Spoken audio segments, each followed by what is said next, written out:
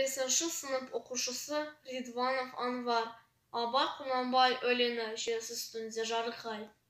Şelsiz üstünde jarıkay. Sevgisiz sudu dərildep.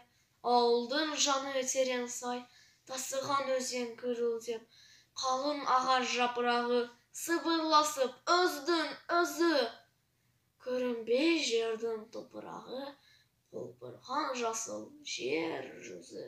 Тау жаңғырып ән қосып, өрген итпен айтаққа, келмеп безіп жол тосып, жолғуға аулаққа, таймалдамай тамылжып, бір суынып, бір ысып, дем ала алмай тамылқып, келен қағып, бос шошып.